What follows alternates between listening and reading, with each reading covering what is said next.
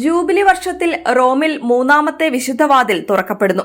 Rome രൂപതയുടെ കത്തീഡ്രലായ വിശുദ്ധ John Lateran ബസിലിക്കയിലെ വിശുദ്ധവാതിൽ ഞായറാഴ്ച തുറക്കും. റോമിന്റെ മെത്രാനായ പാപ്പായുടെ റോം രൂപത വികാരി ജനറൽ കർദിനാൾ ബെൽദസാരെ റെയീനയായിരിക്കും തിരുക്കർമ്മത്തിൽ മുഖ്യ കാർമ്മികത്വം വഹിച്ച് ഈ വിശുദ്ധവാതിൽ തുറക്കുന്നത്. ഞായറാഴ്ച ഇന്ത്യൻ സമയം ഉച്ചയ്ക്ക് 2:30 തിരുക്കർമ്മങ്ങൾ ആരംഭിക്കും.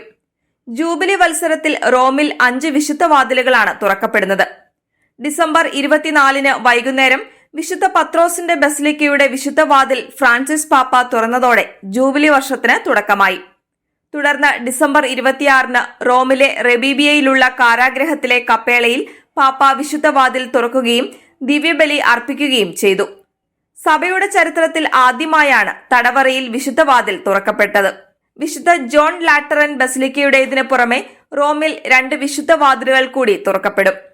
പേപ്പൽ ബസിലിക്കകളിൽ ഒന്നായ വിശുദ്ധ മേരി മേജർ ബസിലിക്കയുടെ വിശുദ്ധവാതിൽ 2025 ജനുവരി 1 റോമൻ ചുമരിന് വെളിയിലുള്ള വിശുദ്ധ പൗലോസിന്റെ ബസിലിക്കയുടെ വിശുദ്ധവാതിൽ ജനുവരി 5 തുറക്കപ്പെടും.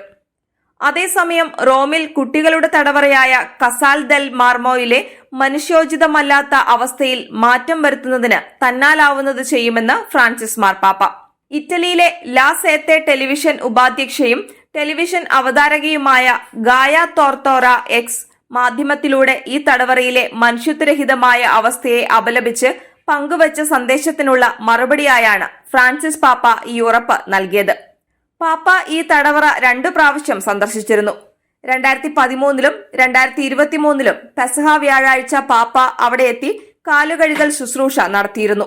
കാരാഗ്രഹത്തിൽ കഴിയുന്നവരുടെ കാര്യത്തിൽ സദാ സവിശേഷ ശ്രദ്ധയാണ് പാപ്പ ചെലുത്തുന്നത്.